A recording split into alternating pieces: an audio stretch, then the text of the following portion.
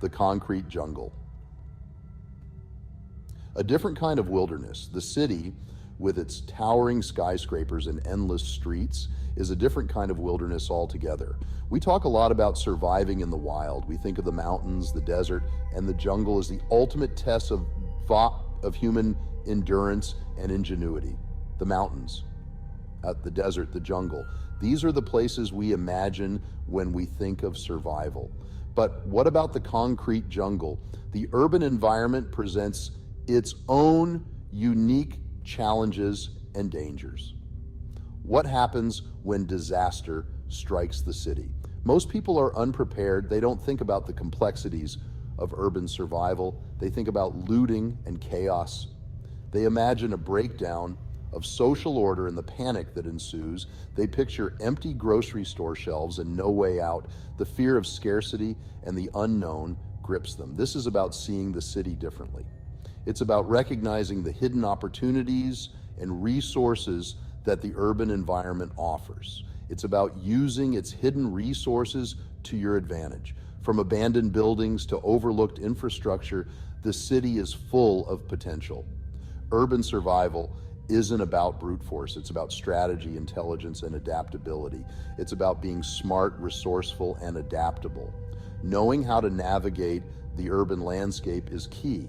It's about knowing where to look, what to scavenge, and how to disappear into the urban landscape.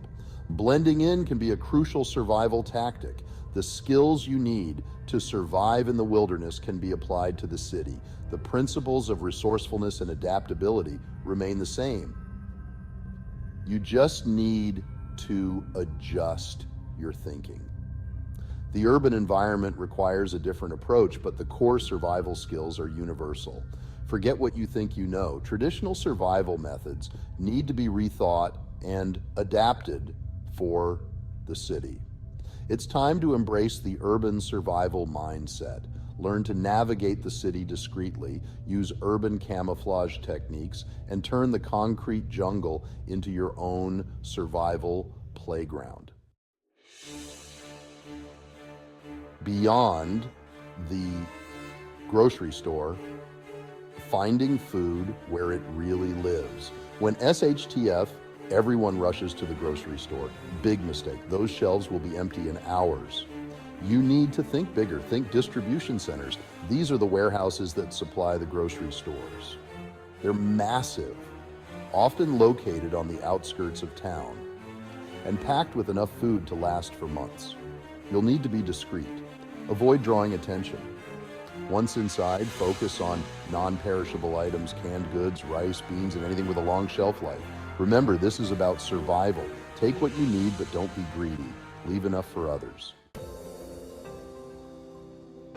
Shelter in the city. Making warehouses home. In the heart of urban jungles, where concrete and steel dominate the landscape, finding a safe haven can be a daunting task. Finding food is one thing. Scavenging through deserted alleys and overgrown parks can yield surprising results. But finding shelter is another challenge entirely. Forget about hotels and apartments. They'll be overrun and unsafe. Think bigger. Think warehouses. These massive structures, often overlooked, can be the perfect sanctuary. Abandoned warehouses are everywhere in cities. They stand as silent sentinels of a bygone industrial era, waiting to be repurposed.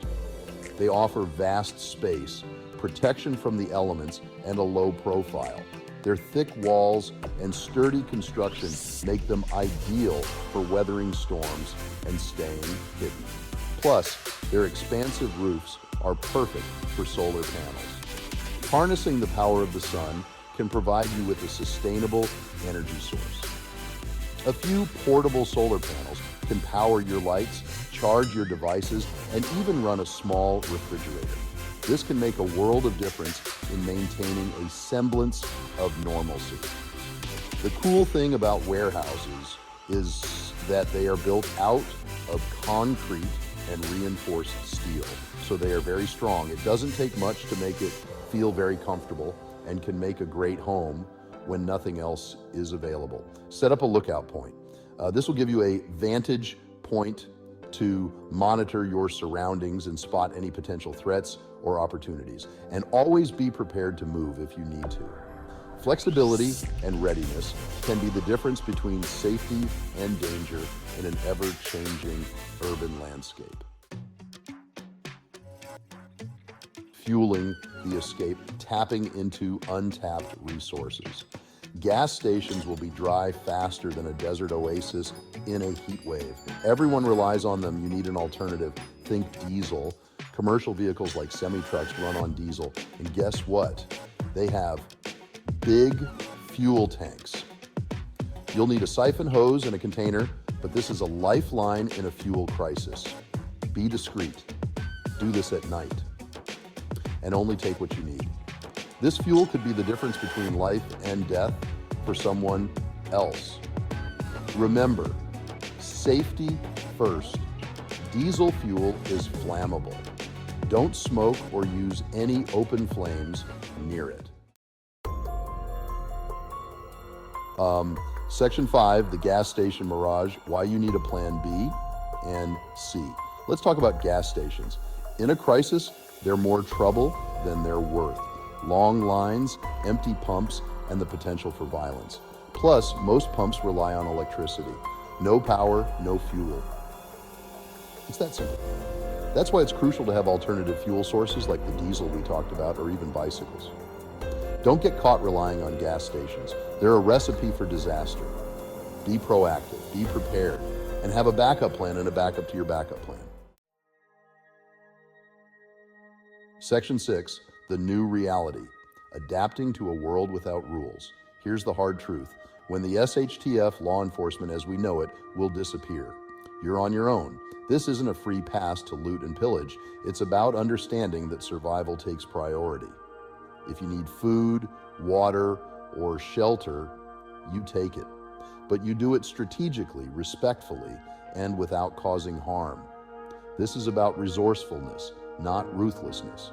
Help your neighbors if you can. Share what you have. We're all in this together. Remember, the collapse of society doesn't mean the collapse of humanity. We need to stick together and help each other through this. Section 7, avoiding the danger zones, where not to go in a crisis. In a crisis, certain places become magnets for trouble. Avoid them like the plague. Airports are at the top of the list. Military presence, panicked crowds, and limited resources make them dangerous. Don't even think about it. The same goes for hospitals. They'll be overwhelmed with the sick and injured. You're safer setting up your own medical station in your warehouse. Remember, the key is to stay under the radar. Blend in. Don't draw attention to yourself, and avoid any place that screams authority or desperation. Section 8. Navigating the urban maze, back roads and rail lines. When the roads are jammed with abandoned cars, you need an alternative. Back roads and rail lines are your new highways. They offer a clear path out of the city and a lower chance of encountering trouble. Learn to read a map. Familiarize yourself with your city's layout, and always have a backup route planned. Remember, stealth is key. Travel at night, keep a low profile, and be prepared to abandon your vehicle if necessary. Sometimes the fastest way to move is on foot. Section 9, your urban survival toolkit, thinking outside the box. In an urban environment, survival isn't just about having the right tools, it's about using them in innovative ways. Urban survival isn't about having the most expensive gear. It's about resourcefulness. It's about making the most out of what you have and adapting to the situation at hand. It's about seeing everyday objects as tools for survival. A simple item can have multiple uses if you think creatively.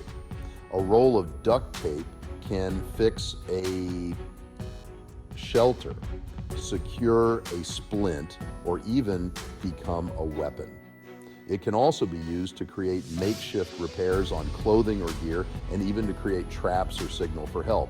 A plastic bottle can collect rainwater, store fuel, or even be used as a flotation device. It can also be cut and used as a funnel, a container for food, or even as a light source when combined with a flashlight. The key is to be creative. Think outside the box. Look at your surroundings and see the potential in every object, and never underestimate the power of human ingenuity. The ability to adapt and innovate is what sets us apart. Remember, the most important tool you have is your mind. Your mental preparedness can make all the difference in a survival situation. Stay calm, be resourceful, assess your situation, and use your knowledge to make the best decisions. And never give up hope. Hope can be a powerful motivator and can keep you going even in the toughest situations. Now, more than ever, we need to share this knowledge. The more people who are prepared, the better off we all are. Share this with your friends and family. Teach them what you know and learn from them as well. Comment below with your own urban survival tips. Let's create a community of knowledge and support, and turn on notifications for more essential survival strategies. Stay informed and stay prepared. The time to be prepared is now. Don't wait for a crisis to start thinking about survival. Be proactive and ready for whatever comes your way.